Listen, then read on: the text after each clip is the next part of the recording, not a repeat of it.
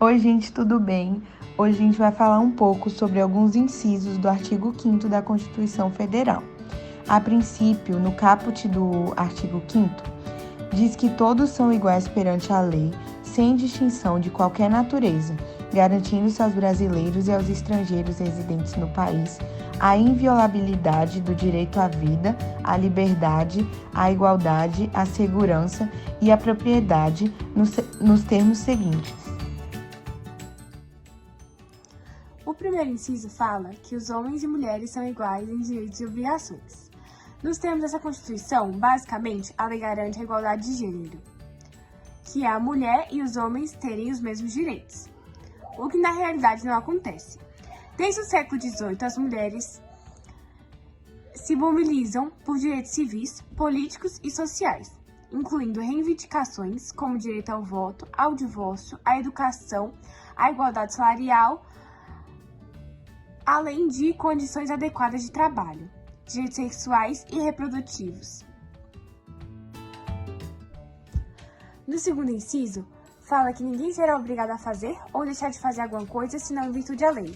Isto é, a sociedade não pode impedir ou obrigar um indivíduo a realizar uma atividade que, com acordo com a Constituição, não é obrigatória ou ilegal. Na realidade, isso não acontece. Um exemplo claro é que os restaurantes obrigam o cliente, em caso de perda da comanda, a pagar um valor X. Tal prática, porém, é considerada ilegal e abusiva pelo Código de Defesa do Consumidor. Isto é, porque o estabelecimento comercial não pode transferir ao consumidor a responsabilidade pelo controle de suas vendas. De acordo com o inciso 3, ninguém será submetido à tortura nem a um tratamento desumano degradante. Um tratamento desumano é quando acontece algum tipo de sofrimento físico ou mental. A tortura é um tratamento desumano para obter algum tipo de informação sobre a própria vítima, por exemplo. E um tratamento degradante é quando a pessoa é levada a agir contra sua vontade ou quando essa pessoa é humilhada. E por ser conhecido um crime muito grave, aquele que pratica a tortura não pode recorrer ao pagamento de uma fiança para ter sua liberdade. E vou te dar um exemplo. Se uma pessoa for presa e levada à delegacia e para obter algum tipo de informação acontecer algum tipo de sofrimento físico ou mental com essa pessoa, como por exemplo, amarrarem essa pessoa, utilizarem alguma droga nela, jogarem água gelada nela, afogarem ela, isso é considerado um tratamento de tortura desumano. E aqui temos um exemplo onde a lei não está sendo cumprida, que o estado do Rio de Janeiro registra em média 3 relatos de tortura de presos por dia. E as violações, na maioria, são praticadas por policiais militares e as vítimas registram ter sido de alvo de mais de um tipo de agressão em uma mesma sessão.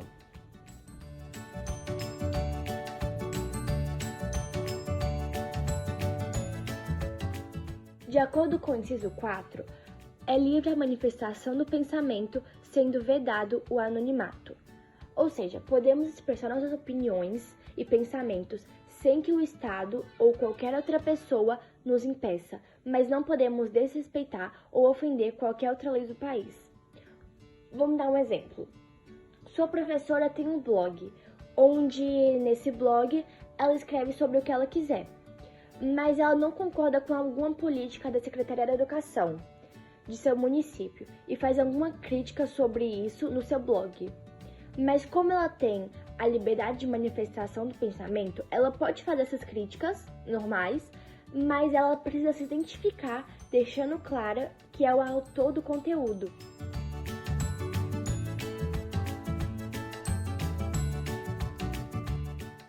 No quinto inciso, é assegurado o direito de resposta proporcional ao agravo, além da indenização por dano material, moral ou à imagem. O direito de resposta garante que, ao sofrer uma ofensa, você tenha o direito de se defender publicamente na mesma proporção em que foi ofendido. Os danos materiais constituem os prejuízos ou as perdas que atingem o patrimônio de alguém. Um exemplo que ocorre de danos materiais é uma batida de carro. Já os danos morais correspondem ao abalo que uma pessoa sofre, seja ele por ataque à honra, intimidade, imagem, nome ou privacidade. Alguns exemplos em que ocorrem danos morais é, por exemplo, quando um voo atrasa, quando ocorre o excesso de trabalho ou quando uma pessoa sofre alguma agressão. Os danos à imagem são aqueles que, através de uma exposição indevida ou não autorizada, denigre a imagem da pessoa física. No sexto inciso, é inviolável a liberdade de consciência e de crença, sendo assegurado o livre exercício dos cultos religiosos e garantida na forma de lei a proteção aos locais de culto e às suas liturgias. Esse inciso garante que todos os brasileiros e estrangeiros que moram no Brasil são livres para escolher sua religião, praticar e professar sua crença e fé, seja em um ambiente doméstico ou em um lugar público. Os brasileiros e estrangeiros que se encontrem no território nacional devem ter a liberdade de escolher se serão católicos, evangélicos, umbandistas, espíritas ou adeptos de qualquer outra religiosidade. Garantir a liberdade de crença e consciência é garantir a pluralidade de um país composto por povos das mais diversas origens e, portanto, com culturas, tradições, crenças, folclore e religiões diferentes. O Brasil, contudo, apesar de ter um grande número de religiões e não ser um país onde há graves violações, a liberdade de crença e consciência ainda enfrenta desafios em relação à intolerância religiosa, pois há muitas denúncias de intolerância. No inciso 7, diz basicamente que se uma pessoa está num hospital, num quartel ou numa cadeia, por exemplo, que é um lugar de internamento coletivo, ela tem o direito de continuar exercendo sua religião.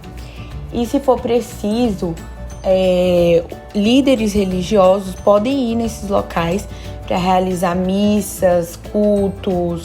Se for preciso, um padre para fazer uma missa, um pastor para fazer um culto, uma mãe de santo, eles têm esse direito, porque eles têm que continuar exercendo a sua religião. Lógico que tudo vai de acordo com as normas do estabelecimento e quando isso for solicitado, é um dever do Estado que seja garantido para essas pessoas. No inciso 8, sobre a crença religiosa, diz o seguinte, que ninguém será privado de direitos pelo motivo da sua crença. Afinal, o Brasil é um país laico, que não defende nenhuma religião. Então, o cidadão tem a liberdade de escolher a religião que ele quer seguir. E nesse inciso, ele deixa claro que uma pessoa não vai ter menos direito que a outra pela religião que ela escolheu.